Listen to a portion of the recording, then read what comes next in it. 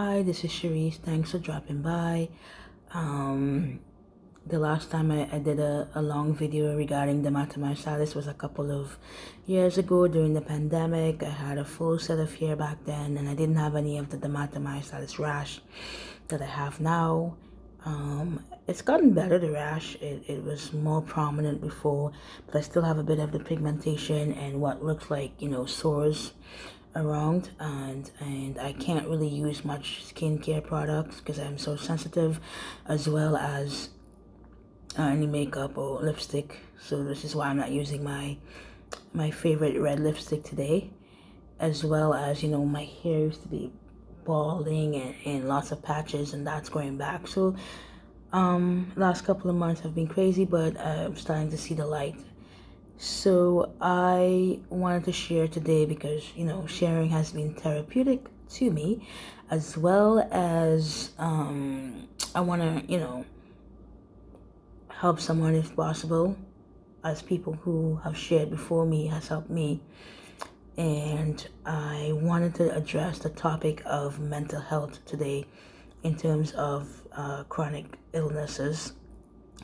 And so a disclaimer, or rather viewer discretion is advised. This discussion may talk a little bit about suicide and self-harm, depression, so a little bit of a warning about that, but nothing too extreme or anything like that.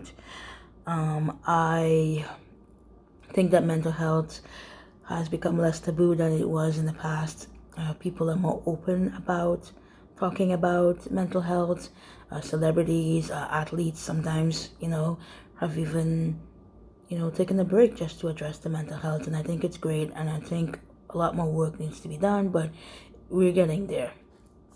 So for me, I've been seeing a therapist for quite some time, for a few years now. Started back in 2018 when I was diagnosed with dermatomyositis. I was having a little bit of issues dealing with the whole shebang that comes with chronic illness, the medication. Sometimes the medication itself can affect your mood, just the ability to do things that you once could do, you no longer can, and so many other things.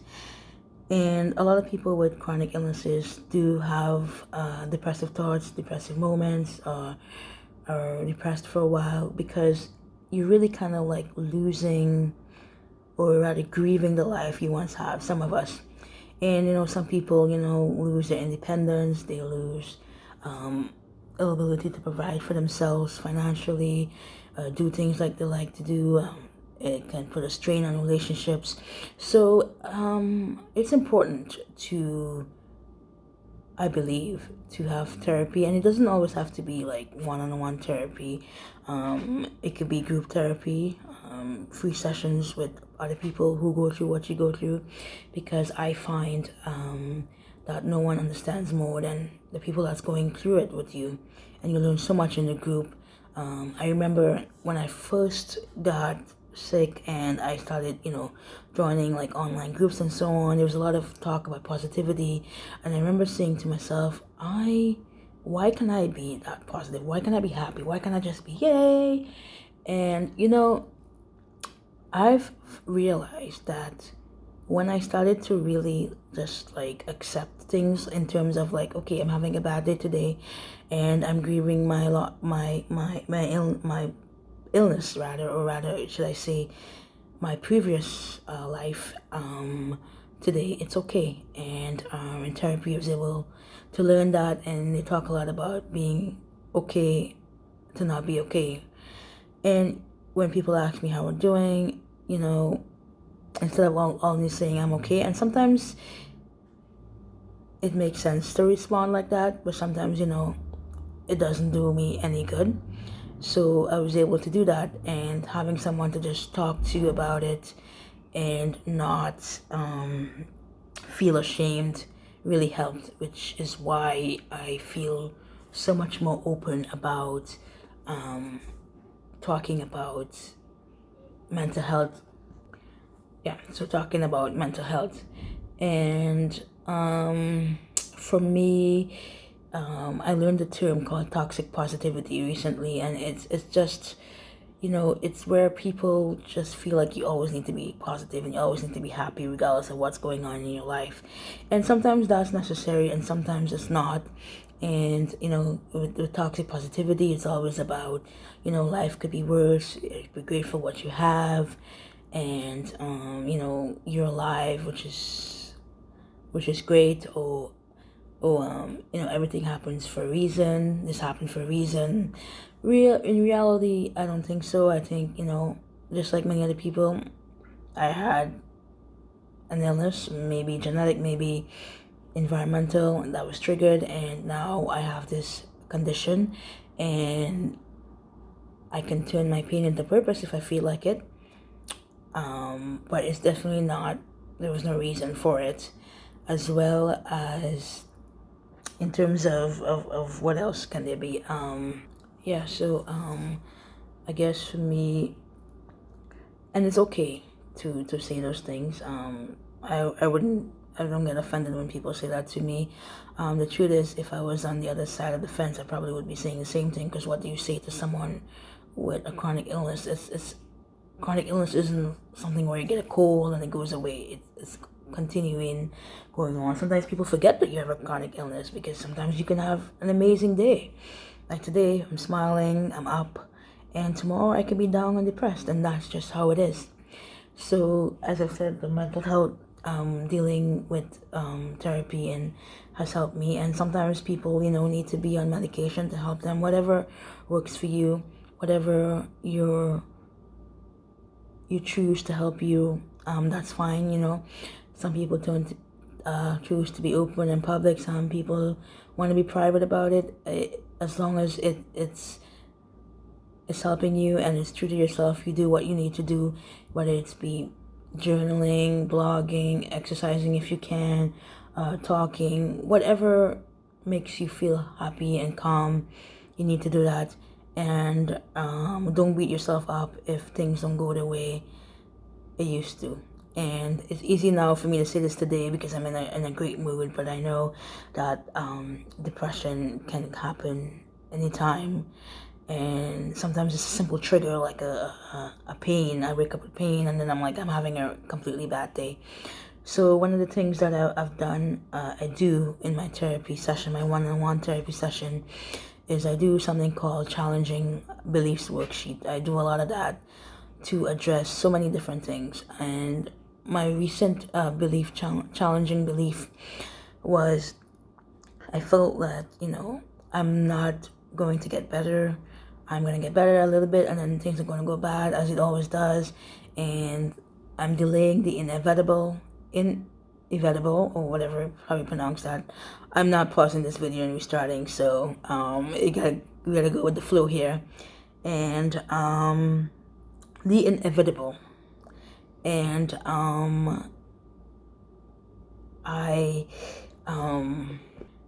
so just accepting that, I'm not going to be better. And so we challenged that belief. So a couple of months ago, I was really, really, really ill, more ill than I've ever been. I wasn't able to eat much food. I kept throwing up. I had lots of sensitivity, a lot of pain, a lot of itching, a lot of burning, couldn't sleep. It was really, really bad, and I was very, very weak. I couldn't go anywhere by myself.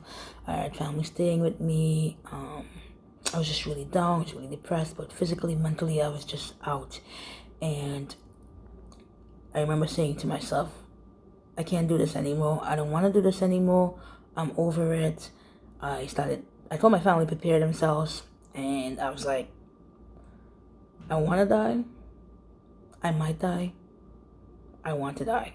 So, for me, I was really rough. And I even, I started planning. I started making, putting things in order, making my will. By the way, everyone should have a will anyways, regardless of whether you're ill or not. And as well as there's a website where you can even plan your funeral. And I remember thinking, wow, this is where I am. And I was able to get out of that slump a little bit, firstly by, my symptoms improving.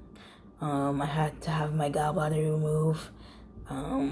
My hemoglobin had dropped to very low levels due to treatment that I was getting, IVIG.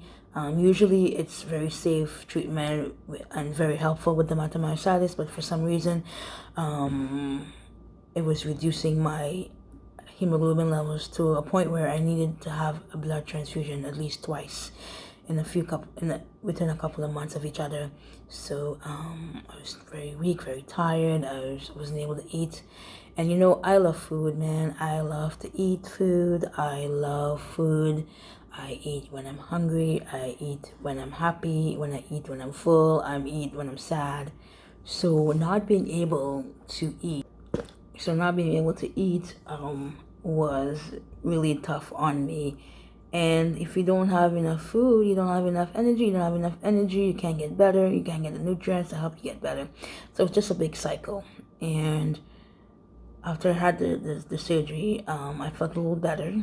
It wasn't the root cause of all my problems, which I'll talk about in another video or another blog. So I got issues with autoimmune diseases and so on. But I had to dig really deep, and I got out of it because of just sheer will, talking things through and reasoning. There were times where I just like, oh, I don't want to do therapy anymore, I just want to go. But it helped me talking to loved ones as well, telling them what's up, not always pretending that everything is okay. And of course, sharing with the Myositis group and listening to what they have to say, and that's been very helpful to me. So I don't want to go on too long. The point I'm just trying to make is that take care of your mental health any way you can. Sometimes, I know therapy can sometimes be very expensive. There are ways. I know there are some therapists who do sliding scales. I know in Toronto there are therapists who are still studying, who haven't completed their studies, and they can give discount on that because of that. So you can try that out. You can go online. Just do whatever you need to do to keep your mental health up. And I want to be very, very clear that it's not always going to be happy, and it's not always going to be fun. And even though I'm talking about it now, tomorrow I can be completely different. And I just want to say it's okay to not be okay.